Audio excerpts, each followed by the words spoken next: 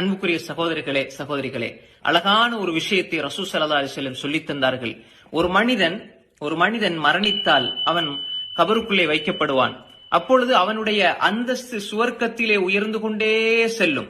அவனுடைய அந்தஸ்து உயர்ந்து கொண்டே செல்லும். சுவர்க்கத்தினுடைய தரஜா படிப்படியாக உயர்ந்து கொண்டே செல்லும். அந்த நேரத்திலே அந்த மனிதன் கேட்பான், எப்படி எனக்கு இந்த அந்தஸ்தும் சிறப்பும் கிடைக்கிறது என்று அந்த மனிதன் கேட்பான்.